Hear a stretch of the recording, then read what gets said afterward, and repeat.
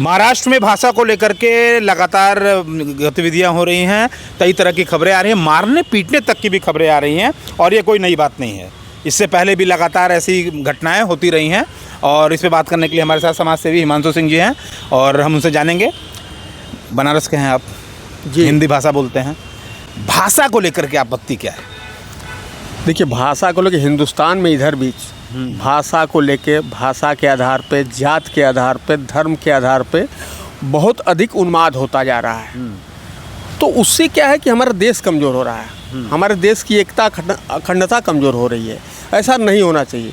जो आपने सवाल किया महाराष्ट्र में जो भाषा की बात है, ये आज से नहीं है।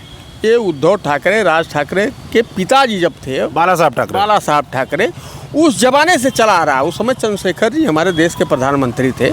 उस समय वहाँ उत्तर भारतीयों को मारा पीटा जा रहा था।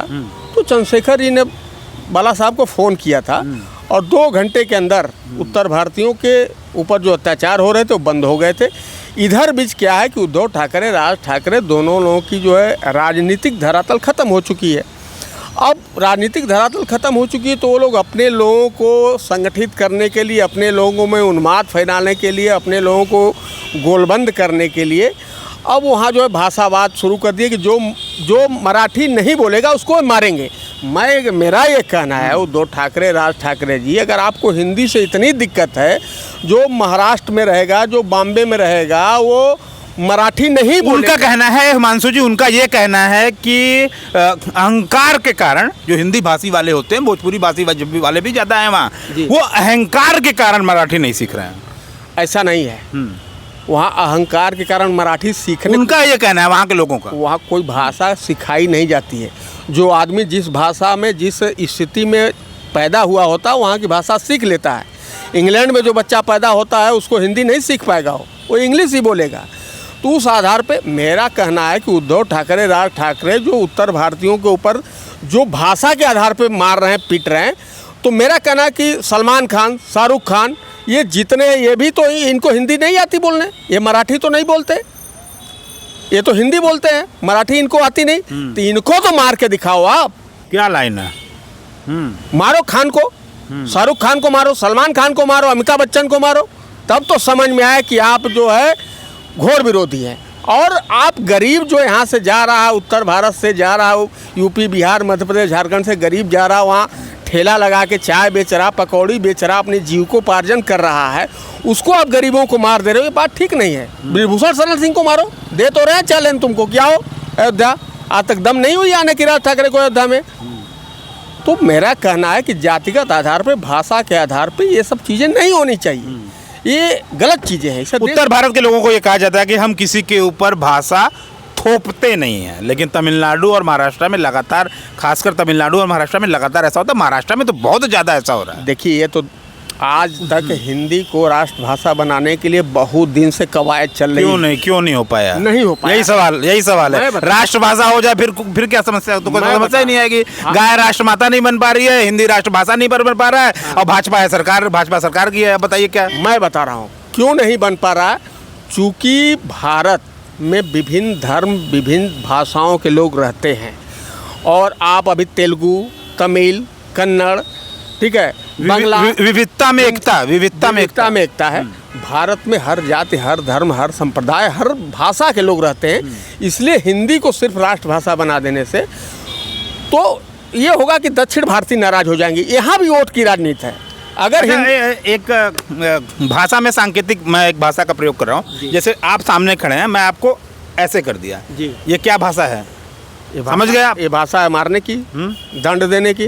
जी जी, तो जो वही मैं आपसे पूछना चाहता हूँ, तो फिर भाषा के आधार पर लोगों को क्यों पीटा जा रहा है? ये भाषा समझ गए आप क्या है? वही तो मैं कह रहा हूँ कि उन लोगों की राजनीतिक धरातल तो खत्म हो चुकी है। म्यूनसिपैलिटी का चुनाव है, वहाँ चुनाव होने हैं, बीएमसी का। तो उस चुनाव में अपने लोगों को जिताने के लिए, अपने वोटों को गोलबंद करने के लिए राज ठाकरे, उद्धव ठाकरे 20 साल तक अलग अलग रहे।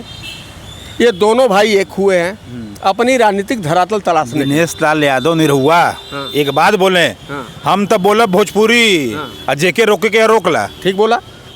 दिनेश लाल निरहुआ जिसे व्यक्ति का मैं सम्मान करता हूँ कि जो इतना हिम्मत से बोला। और मैं उद्धव ठाकरे, राज ठाकरे से कहना चाहता हूँ, बार बार उद्धव ठाकरे, राज ठाकरे का नाम लेना सही है, लेकिन सरकार तो भाजपा की है। भाजपा और एकनाथ शिंदे की है, फडणवीस जी मुख्यमंत्री हैं, कंट्रोल करें, सत्ता में तो वो हैं। ऐसा है कि कंट्रोल तो किया ही जा रहा है, कंट्रोल तो कर रहे हैं वो, हद तक कंट्रोल कर रहे हैं। सवाल तो देवेंद्र फडणवीस पे भी उठेंगे अगर भाषा को लेकर के बात होगी तो, क्योंकि सत्ता में तो वही हैं। हाँ, सत्ता में वही है। देखिए, भाषा के लेके जो भी आदमी, देखिए राजनीति गलत है। आप बेरोजगारी की बात करिए। अच्छा, एक बात बताइए, मजे हुए प्रवक्ता हैं, समाज सेवी हैं, अनुभवी हैं, उत्तर प्रदेश में कभी ऐसा हुआ भाषा को लेकर के विवाद? नहीं, उत्तर प्रदेश में भाषा को लेकर नहीं है। उत्तर प्रदेश में जातिगत उन्माद फैलता जा रहा है। अभी आपने इटावा की घटना देखा होगा। अभी एक यहाँ पे संजय सिंह के साथ जो है अभी संजय क्षत्रिय समाज के और राजभरों का झगड़ा हुआ, उसको जो है 2 लोगों का झगड़ा हुआ, उसको जातिगत रंग दे दिया जा रहा है। मेरा तो कहना कि जातिगत रंग न दिया जाए। अगर जातिगत रंग देंगे आप तो उससे समाज हमारा कमज़ोर होगा।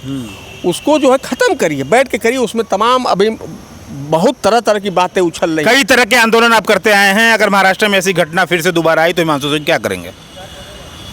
अगर भाई देखिए, हम लोग तो गांधीवादी नहीं हैं। मैं भगत सिंह और चंद्रशेखर आज़ाद का सिपाही हूँ। गांधी के ये थे कि एक गाल पे 2 थप्पड़ मारेंगे तो दूसरा गाल देने का, और भगत सिंह का ये नहीं था। अगर वो मराठी महाराष्ट्र के लोग अगर हमारे उत्तर भारतीयों को वहाँ मारते हैं तो जो हमारे उत्तर भारत में मराठी आएंगे उनको हम गुलाब के फूल देंगे। गुलाब के फूल से क्या तात्पर्य?